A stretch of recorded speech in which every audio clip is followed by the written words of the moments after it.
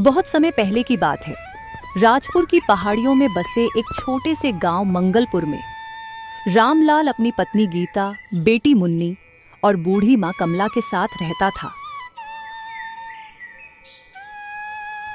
उसके पास एक खेत था जिसमें वह खेती करके अपने परिवार का गुजर बसर किया करता था। उस खेत के उपजे अनाज से रामलाल के परिवार का साल भर तक का गुजारा आसानी से हो जाता था।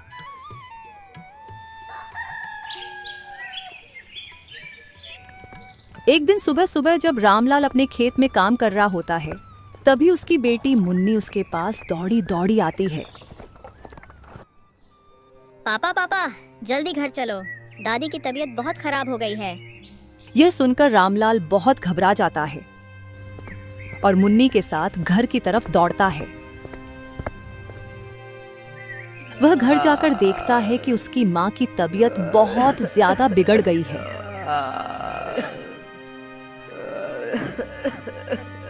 अपनी माँ की ऐसी हालत देखकर रामलाल बहुत घबरा गया और जल्दी जल्दी उसे अस्पताल लेकर जाता है। सर, आपकी माँ को एक गंभीर बीमारी है जिसका इलाज असंभव है, लेकिन हाँ, कुछ दवाइयां हैं जो इन्हें रोजाना दी जाएगी तो थोड़ा बहुत सुधार आ सकता है, लेकिन वो दवाइयां बहुत महंगी हैं। डॉक्टर की यह बातें सुनकर रामलाल बहुत चिंतित हो जाता है, क्योंकि उसके पास उतने पैसे नहीं थे जिससे कि वह उन दवाइयों को खरीद सके। रामलाल के पास कोई विकल्प नहीं था, तो वह अपनी जमीन का अधिकांश हिस्सा बेच देता है और कुछ पैसे वह सेठ किरोड़ीमल से ब्याज पर लेता है।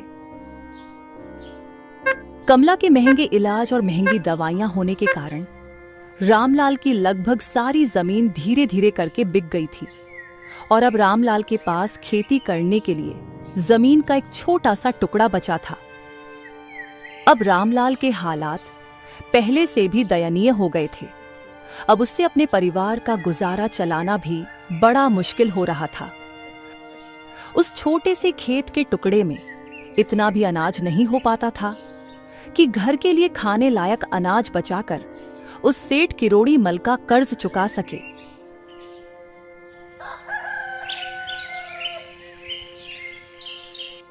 एक दिन सेठ रामलाल को अपने पास बुलाता है और कहता है, अरे ओ रामलाल, कर्ज लिए हुए तुम्हें बहुत दिन हो चुके हैं, वापस कब चुकाएगा? सेठ जी, आपको तो मेरी हालत के बारे में पता ही है। अरे तेरा तो ये रोज का रोना धोना है। मैंने क्या तुम्हारा ठेका ले रखा है? मुझे नहीं पता, मुझे मेरे पैसे चाहिए। मालिक, अभी तो मेरे पास पैसे नहीं हैं। जैसे ही खेतों से फसल काट कर उससे जो पैसों की बचत होगी आपको देने की कोशिश करूंगा। अरे कोशिश करूंगा का क्या मतलब? मुझे मेरे पैसे चाहिए। मालिक, घर में बीमार बूढ़ी माँ है। माँ के इलाज करवाने के लिए भी मेरे पास पैसे नहीं हैं, तो आपको कहाँ से दूं मैं? ऐसा कहकर रामलाल रोने लगता है। रामलाल को रोता देख सेठ गुस्से में बोलता है, ओए सुन रामलाल, ये मगरमच्छ के झूठे आंसू दिखाना बंद कर। अरे बहुत देखे मैंने तेरे जैसे, पहले तो मुंह उठा के पैसा मांगने आ जाते हैं और जब वापस देने की बारी आती है तब रोने का दिखावा करते हैं। अब मेरी बात को ध्यान से सुन। अगर 1 महीने में तुमने मेरा सारा पैसा वापस नहीं किया तो मैं तुम्हारा घर और जो बची खुची जमीन है वो सब छीन लूंगा। थोड़ा रहम करो मालिक, अगर आप हमारा घर ले लोगे तो हम कहाँ रहेंगे? एक घर ही तो है हमारे पास, जिसमें मेरी बीमार बूढ़ी माँ और एक छोटी बेटी है। सर्दियाँ शुरू होने वाली हैं। अगर घर ही हमारे पास नहीं रहेगा तो मैं उन्हें लेकर कहाँ जाऊंगा? आप ही तो हमारे अन्नदाता हो मालिक। नहीं मालिक, ऐसा मत कीजिएगा। ऐसा कहकर रामलाल सेठ किरोड़ीमल के चरणों में गिर जाता है। रहम करो मालिक, थोड़ा रहम करो। सुन रामलाल, अब तू मेरा ज्यादा दिमाग खराब मत कर। जिस दिन सारे पैसे दे देगा उस दिन बात करना मुझसे। चल निकल अब यहां से। इतना कहकर सेठ किरोड़ीमल रामलाल को धक्का मारकर उसे अपने घर से बाहर कर देता है। बेचारा रामलाल बिना कुछ बोले दुखी मन से वहां से चला जाता है। उसका मन अंदर से बहुत डर गया था। वह सोच रहा था कि अगर सेठ उसकी जमीन और घर ले लेगा तो सर्दियों में वह अपनी बूढ़ी बीमार माँ, पत्नी और छोटी बेटी को लेकर कहाँ जाएगा। यह सोचते सोचते रामलाल घर पहुंच जाता है। उसकी पत्नी और बेटी घर के आंगन में बैठे उसका इंतजार कर रहे थे। अपनी बेटी को अपनी तरफ आता देखकर रामलाल अपनी आंखों से आंसू पोंछ लेता है। पापा पापा, आ गए आप। माँ देखो ना, पिताजी घर आ गए। अरे मेरी प्यारी बच्ची, तुम यहाँ क्या कर रही हो? आज अपनी सहेली के पास खेलने नहीं गई क्या? बस पापा, जा ही रही हूँ। आपको देखा तो रुक गई थी। पापा देखो ना, मेरे कपड़े कितने खराब हो गए हैं और अब तो सर्दियाँ भी आने वाली है। आप इस बार सर्दियों में मेरे लिए अच्छे से कपड़े ले आना। मुन्नी की यह बातें सुनकर रामलाल डबडबाई आंखों से उसकी तरफ देखते हुए कहता है, हाँ मेरी बच्ची, तुम फिक्र मत करो। इस साल सर्दियों में मैं तुम्हारे लिए बहुत अच्छे अच्छे कपड़े लेकर आऊंगा। गीता अपने पति रामलाल को अपनी आंखों से आंसू पूंछते हुए देख लेती है और वह समझ जाती है कि पक्का सेठ नहीं माना है। वह मुन्नी को वहां से जाने को कहती है। अरे मुन्नी, देखो पापा अभी थक कर आए हैं। जाओ अपनी सहेलियों के साथ खेलो। पर कब से तुम्हें बुला रहे हैं बेटा? ठीक है पापा, मैं खेल कर आती हूँ थोड़ी देर में। मुन्नी के वहां से जाते ही गीता अपने पति से पूछती है, अजी क्या हुआ? अब बहुत परेशान दिख रहे हो। कुछ नहीं भाग्यवान, वह सेठ किरोड़ीमल कर्ज के पैसे मांग रहा था। बोल रहा था कि अगर 1 महीने में हमने उसे पैसे नहीं दिए तो वह हमसे हमारा घर और जमीन छीन लेगा। और गीता देखो, सर्दियां भी आने ही वाली है। अगर सेठ हमसे हमारा घर और जमीन छीन लेगा तो हम इन सर्दियों में कहाँ जाएंगे? ऐसा कहते कहते रामलाल की आंखों में आंसू आ जाते हैं। अपने पति की आंखों में आंसू देखकर गीता रामलाल की पीठ थपथपाते हुए कहती है, अजी आप चिंता मत करो, सब ठीक हो जाएगा। आज तक हमने किसी का बुरा नहीं चाहा, तो भगवान हम पर इतना निर्दयी कैसे हो सकता है? देखना, कोई ना कोई तो हल निकल ही जाएगा। रामलाल और उसकी पत्नी की सब बातें अंदर चारपाई पर लेटी उसकी बीमार माँ सुन लेती है और वह रामलाल को अंदर बुलाती है। रामलाल, ओ बेटा रामलाल, जरा इधर तो आ। अपनी माँ कमला की आवाज सुनकर रामलाल उसके पास जाता है। क्या हुआ माँ? यहाँ आ बेटा, मेरे पास बैठ। रामलाल अपनी माँ कमला के पास बैठ जाता है। तू मेरी चिंता मत कर बेटा, अब तो मैं बहुत बूढ़ी हो चुकी हूँ। मेरा तो समय आ गया है। पता नहीं कब भगवान का बुलावा आ जाए और मुझे जाना पड़ जाए। अरे माँ, ऐसी बातें क्यों बोल रही हो? बेटा, मैंने तेरी और बहू की सारी बातें सुन ली थी। मैं तो बस इतना कह रही थी कि तू अब मेरी दवाइयों पर जो खर्च करता है ना बेटा, अब वह मत कर। तू अपना कर्ज उतार और अपना यह घर और जमीन बचा। ले देकर अब ये थोड़ी सी जमीन और यह घर ही तो बचा है तुम्हारे पास। अगर यह सब भी तुम्हारे हाथ से चला गया तो आगे क्या होगा तुम लोगों का? रामलाल चुपचाप सिर झुकाए अपनी माँ की बातें सुन रहा था। माँ, तू ऐसा क्यों बोल रही है? अभी मेरे पास 1 महीने का समय है ना, तू देखना मैं सब ठीक कर दूंगा। चल माँ, अब तू ज्यादा बात मत कर, सो जा, वरना तुम्हारी तबीयत खराब हो जाएगी। और हाँ, किसी चीज की जरूरत हो तो बुला लेना मुझे। ऐसा कहकर रामलाल भी सोने चला जाता है।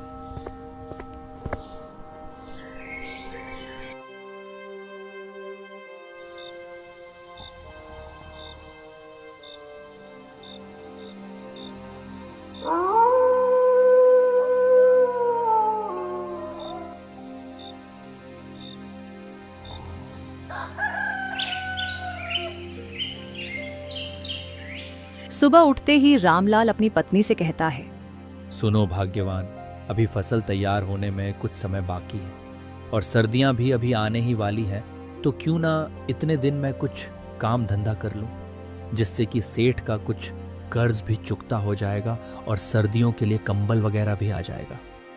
ठीक है जी, मैं भी यही बोलने वाली थी आपको कि कुछ काम धंधा कीजिए। घर की मरम्मत भी करवानी है। दरवाजे, खिड़कियां और छत तो लगभग टूट ही चुके हैं। अच्छा ठीक है भाग्यवान, अब मैं चलता हूँ। माँ को समय पर दवाइयाँ दे देना और मुन्नी का भी ख्याल रखना। इतना कहकर रामलाल घर से काम की तलाश में निकल पड़ता है।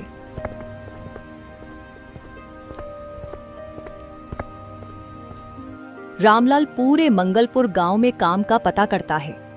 आखिरकार शाम होते होते रामलाल को सेठ मालचंद के यहाँ मजदूरी का काम मिल जाता है। भगवान का शुक्र है, कोई तो काम मिला। रामलाल आज थोड़ा खुश था, क्योंकि काम मिलने से उसके मन में एक उम्मीद की किरण जग गई थी, जिससे कि अब वह अपने घर और जमीन को उस सेठ से बचा लेगा। शाम हो चुकी थी और ऐसा सोचते सोचते वह अपने घर पहुंच जाता है। अजी आ गए आप? कोई काम मिला क्या? हाँ भाग्यवान, गांव में वो सेठ मालचंद है ना, उसके यहाँ मजदूरी का काम मिला है। उन्होंने बोला है कि कल से काम पर आ जाना। अच्छा जी, सही है फिर तो। चलो अब आप खाना खा लो और आराम करो, बहुत थक गए होंगे।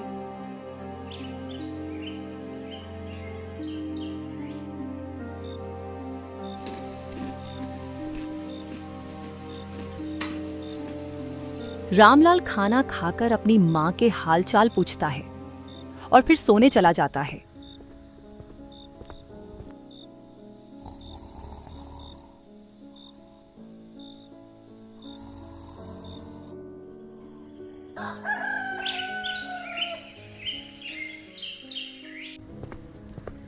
अगले दिन वह सेठ मालचंद के यहाँ काम पर चला जाता है और दिन भर वहां पर मजदूरी का काम करता है।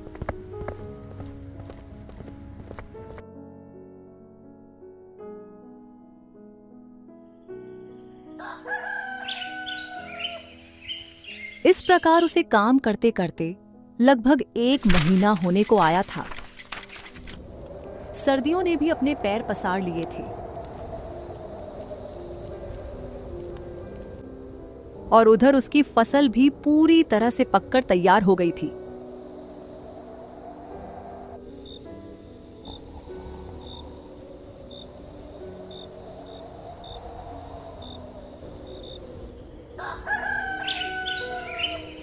एक सुबह वह सेठ मालचंद के पास जाता है और कहता है, सेठ जी, महीना भी पूरा होने ही वाला है, आप थोड़ी मजदूरी दे देते तो अच्छा होता। घर के लिए राशन का सामान और सर्दियों के कपड़े खरीदने थे। अरे रामलाल, कम से कम पूरा महीना तो होने देते, तुम पहले ही पैसे मांगने आ गए। अभी मेरे पास पैसे नहीं हैं, जब पूरा महीना हो जाए तब लेने आना। सेठ जी कुछ कीजिए ना, घर में पैसों की बहुत ज़रूरत है। घर का सारा राशन खत्म हो चुका है और बीमार माँ के लिए दवाइयाँ भी लेनी है। अरे बोला ना, तुमको एक बार में समझ नहीं आता क्या? पैसे नहीं है मतलब नहीं है, महीना पूरा होते ही मैं तुम्हारा हिसाब कर दूंगा। यह सेठ मालचंद तो उस किरोड़ीमल का भी बाप निकला। बेचारा रामलाल चुपचाप काम पर लग जाता है। ठंड बहुत बढ़ चुकी थी, शाम भी होने ही वाली थी। इस कड़कती ठंड में जैसे तैसे रामलाल ने अपना काम खत्म किया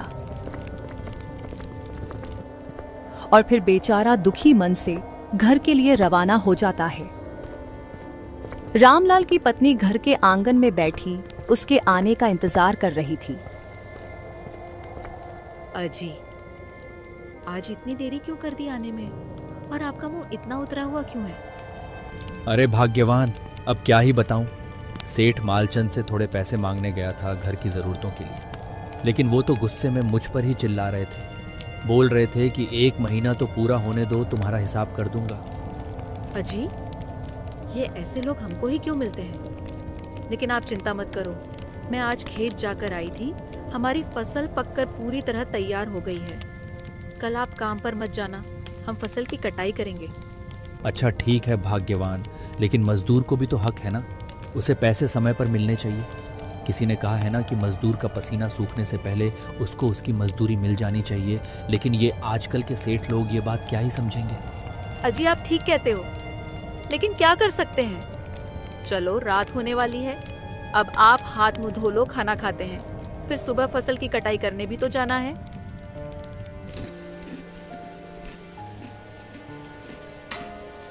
फिर वे खाना खाकर सो जाते हैं।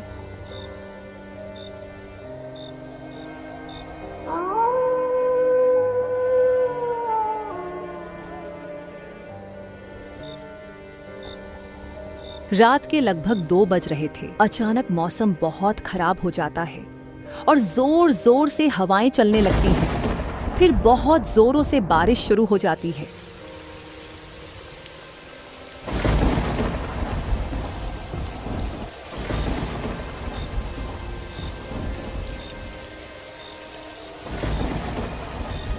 बिजली की तेज गड़गड़ाहट और बारिश की आवाज से रामलाल की आंख खुल जाती है। हे भगवान, ये कैसी परीक्षा ले रहे हो? सर्दी तो पहले से ही अपना कहर ढा रही थी, अब ऊपर से ये बेमौसम बारिश। रामलाल मन ही मन ये प्रार्थना किए जा रहा था कि कैसे भी ये बारिश रुक जाए। यह तेज बारिश लगातार 4-5 दिन से अपना कहर बरसा रही थी। लोग अपने अपने घरों में दुबक गए थे और अब मंगलपुर में सर्दी पहले से 4 गुना बढ़ चुकी थी।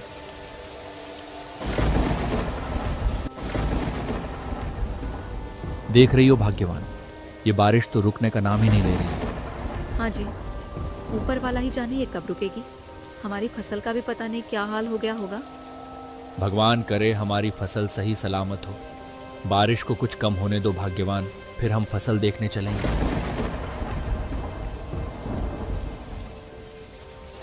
शाम होते होते बारिश कुछ कम हो जाती है। फिर वे दोनों फसल को देखने खेत की ओर निकल पड़ते हैं। वे दोनों खेत पहुंचकर देखते हैं कि उनका पूरा खेत पानी से भर चुका है और फसल भी पूरी तरह बर्बाद हो गई थी। हे भगवान, ये क्या हो गया? देख रही हो भाग्यवान, हमारी तो सारी फसल ही बर्बाद हो गई। अब इस कड़कती ठंड में हम क्या करेंगे? हाँ जी, यह फसल ही तो एकमात्र हमारा सहारा थी, वह भी बर्बाद हो गई। अब हम क्या करेंगे? हाँ भाग्यवान, हमारे पास एक कंबल तक खरीदने के पैसे नहीं हैं और कल परसों वह सेठ किरोड़ीमल भी पैसे लेने आने वाला है। वे बेचारे इस मौसम की मार के आगे क्या ही कर सकते थे। दोनों दुखी मन से घर लौट आते हैं। गीता, अब मैं क्या करूं? कैसे मैं तुम लोगों को बेघर होने से बचाऊं? और ऊपर से ये बेमौसम बारिश, जिससे अब तो कड़ाके की ठंड पड़ने लगी है और माँ की भी हालत खराब होती जा रही है। मुझे तो कुछ समझ में ही नहीं आ रहा कि मैं माँ और तुम लोगों को इस ठंड से कैसे बचाऊंगा। गीता चुपचाप रामलाल की बातें सुन रही थी। उसे पता था कि अब कुछ नहीं हो सकता। वह जानती थी कि अब हमारा यह घर और जमीन सेठ के हाथों में चला जाएगा। वह डबडबाई आंखों से कभी रामलाल को देखती तो कभी अपनी बेटी को, और रामलाल को भी बार बार यह चिंता सताए जा रही थी कि सेठ किरोड़ीमल का 1 महीना भी पूरा हो चुका है। वह कभी भी आकर उसे बेघर कर सकता है। फिर वो इस कड़ाके की ठंड में अपने परिवार को लेकर कहाँ जाएगा?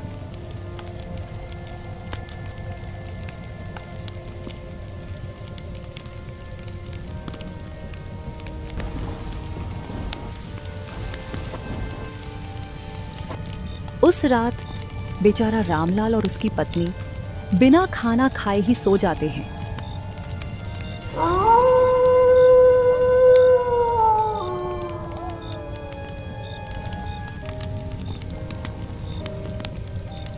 सुबह होते होते बारिश भी रुक जाती है।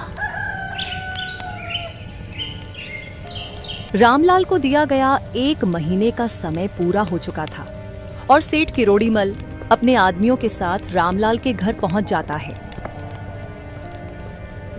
रामलाल, अरे ओ रामलाल, बाहर आ जल्दी, बहुत ठंड लग रही है। सेठ किरोड़ीमल की आवाज सुनकर रामलाल को यह समझने में बिल्कुल भी देर नहीं लगी कि अब उसके और उसके परिवार के साथ क्या होने वाला है। क्यों रे रामलाल, हो गया पैसे का इंतजाम? नहीं मालिक, मैं अभी पैसे का इंतजाम नहीं कर पाया हूँ। तुझे पता है ना क्या होगा तेरे साथ? रामलाल हाथ जोड़कर सेठ किरोड़ीमल के पैरों में बैठ जाता है और उससे कहता है, मालिक, कुछ दिनों का समय और मिल जाता तो अच्छा रहता। इतनी कड़ाके की ठंड में कहाँ जाएंगे हम लोग?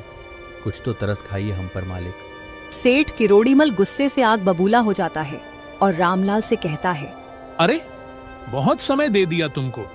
तुम भूखे नंगे लोग चले आते हो पैसा मांगने और पैसा वापस देने के समय पर रोने लगते हो। बहुत हो गया तुम्हारा। अब तू मेरे सामने यह रोने का नाटक मत कर। इतना कहकर सेठ किरोड़ीमल अपने आदमियों से कहता है, अरे ओ जग्गू और बिलवा, बहुत देर हो गई इसको छपड़ छपड़ करते हुए। इसकी माँ, बीवी, बच्चे और घर के सारे सामान को बाहर फेंक दो। सेठ के इतना कहते ही वे दोनों रामलाल के घर का सारा सामान बाहर फेंक देते हैं। यह सब देखकर मुन्नी बहुत ज्यादा डर जाती है और अपनी माँ गीता से लिपटकर जोर जोर से रोने लगती है। थोड़ी दया करो मुझ गरीब पर। इतनी ठंड में मैं अपनी बीमार माँ और छोटी बेटी को लेकर कहाँ जाऊंगा? ठंड से मेरी माँ मर जाएगी। मालिक, तरस खाओ हम पर, थोड़ा रहम करो मालिक।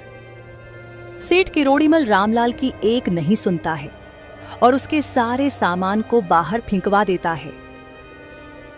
रामलाल और उसकी पत्नी गीता रोते रोते अपना सारा सामान जमा करने लगते हैं और उनकी बेटी मुन्नी अपनी दादी के पास खड़ी अपनी छोटी छोटी आंखों से अपनी माँ और पिताजी को रोते हुए देख रही थी। सेठ किरोड़ीमल उन बेचारों को बेघर कर देता है। रामलाल अपनी माँ, बेटी और पत्नी के साथ रोड के किनारे एक पेड़ के नीचे बैठ जाता है। जैसे जैसे रात होने लगती है वैसे वैसे ठंड भी बढ़ने लगती है और चारों ओर कोहरा भी छाने लगता है। ठंड से बचने के लिए उनके पास कंबल भी नहीं थे और जो थे वह भी इस हालत में नहीं थे कि उनसे ठंड से बचा जा सके। रामलाल की मां की तबीयत ज्यादा खराब होने लगी। वह बुरी तरह ठंड से कांपने लगी।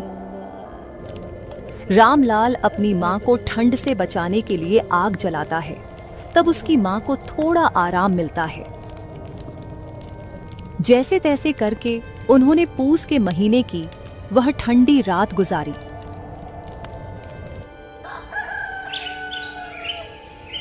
जैसे तैसे उन्होंने वह रात तो गुजार ली, लेकिन उनके पास खाने को कुछ भी नहीं था और रामलाल की मां की दवाइयां भी खत्म हो चुकी थी। इसलिए वह मदद मांगने गांव में जाता है। वह सबके आगे हाथ जोड़कर मदद के लिए बहुत गिड़गिड़ाया, लेकिन बदकिस्मती तो देखो, किसी ने उसकी मदद नहीं करी।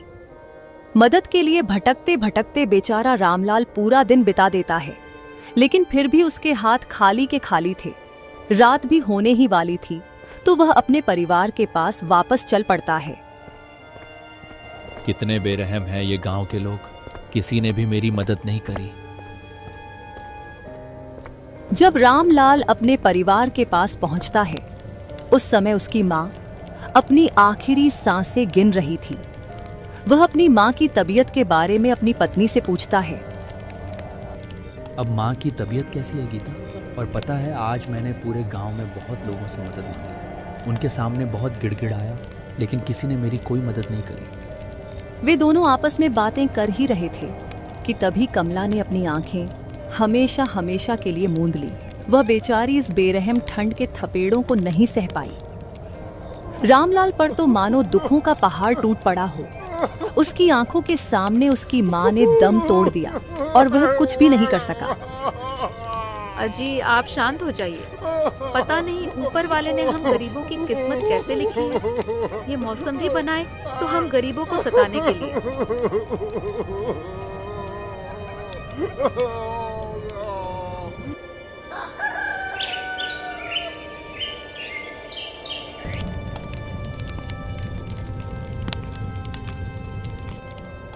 रामलाल की बेटी मुन्नी भी ठंड से बीमार रहने लगी थी।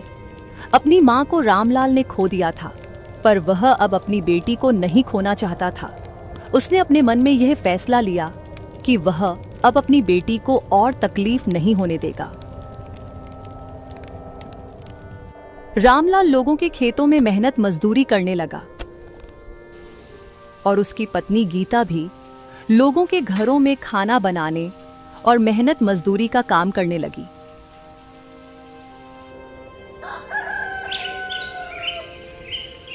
एक दिन रामलाल सेठ मालचंद के पास जाता है और उसे पूरी घटना के बारे में बताया, जिसे सुनकर सेठ को बहुत दुख हुआ। अब उसे अपनी गलती का एहसास हो चुका था। मुझे माफ कर दो रामलाल। काश उस दिन मैंने तुम्हारी मदद कर दी होती तो शायद आज तुम्हारी मां जिंदा होती। सेठ मालचंद रामलाल को उसकी मजदूरी के पैसे दे देता है। जिससे रामलाल ने गांव के बाहर ही अपने और अपने परिवार के लिए एक छोटी सी झोपड़ी बना ली थी। ठंड से बचने के लिए अब रामलाल के पास एक छत थी और उसकी बेटी मुन्नी भी अब धीरे धीरे ठीक होने लगी थी। पर रामलाल को अभी भी इस बात का बहुत अफसोस था कि अपनी गरीबी और ठंड की वजह से उसने अपनी मां को खो दिया था।